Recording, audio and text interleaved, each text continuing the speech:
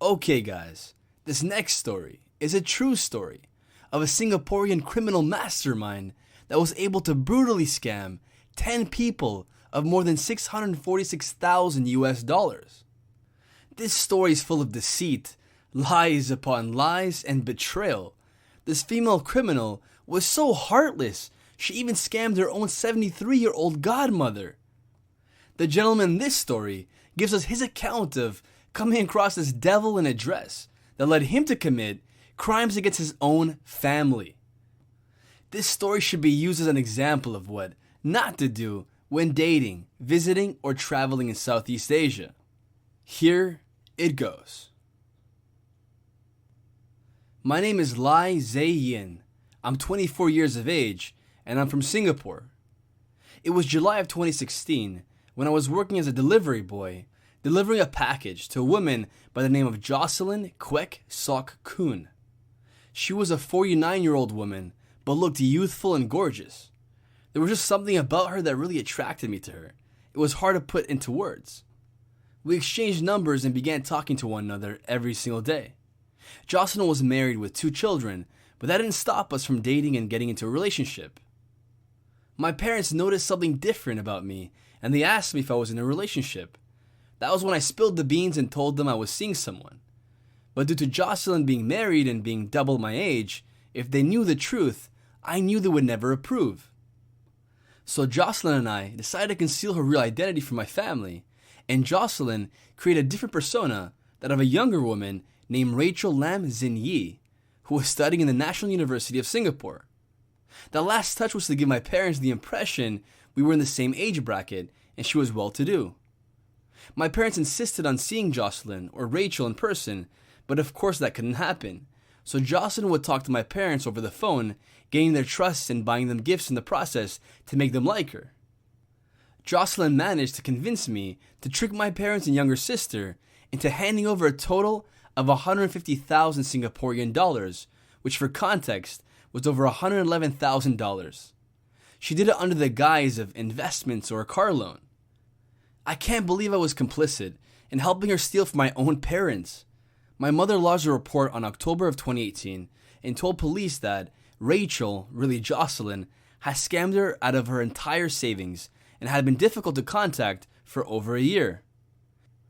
Jocelyn also scammed her own elderly godmother, a 73-year-old woman, by asking her to clean her jewelry, something that on the surface seemed like a kind gesture. When Jocelyn's godmother handed over more than 50 pieces of jewelry, mostly family heirlooms, Jocelyn pawned them all off for 48,250 Singaporean dollars and used the money to settle her personal debts. Jocelyn was declared bankrupt in January of 2014 when her godmother repeatedly asked for the jewelry back. She even cried pleading with her, but Jocelyn, being the heartless person she is, just made one excuse after another. Even when she was charged and her trial was pending, Jocelyn managed to scam her husband's ex-colleague of 338,600 Singaporean dollars. She was able to convince him that she could help him obtain permanent residency in Singapore, which was clearly untrue. Jocelyn left a long trail of victims, and on Thursday, October the 12th, Jocelyn pleaded guilty to multiple charges of scamming and fraud. She was remanded and listened to the proceedings with a mask over her face, appearing defeated, as she should be, for all the pain she caused her victims.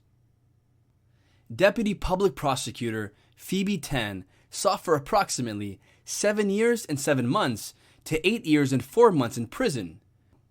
She said Jocelyn preyed, quote, on all and sundry, making use of the internet to prey on strangers, showing no signs of stopping.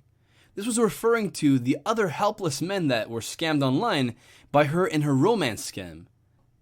While Jocelyn had no previous convictions, she should not be treated as a first-time offender, considering she's a serial scammer who had scammed at least 10 known victims of a substantial amount of money, said Prosecutor Tan. Not only did Jocelyn have no qualms about lying to her victims, she also grossly abused the trust Lai's parents had given her. When trial dates were fixed, Jocelyn turned up and appeared to be hospital hopping in order not to turn up in court, said Prosecutor Tan. She had multiple victims who believed her lies, with some of them not knowing they were lied to until others contacted them. This shows how much of a manipulative liar and skillful liar she really was, said the prosecutor, adding that the guilty plea date was hard to fix partly because fresh reports kept coming in from different victims. The naive 24-year-old Lai was sentenced to 15 months in jail in June of 2021 for his role in scamming his own family. During the court hearing, Lai promised his parents that he would work extremely hard to return all their life savings. I have to say, this woman must have been a master manipulator to convince a 24-year-old man to scam his own family. I don't feel sorry for Lai for what happened. No woman in the world could ever make me turn against my parents or my family.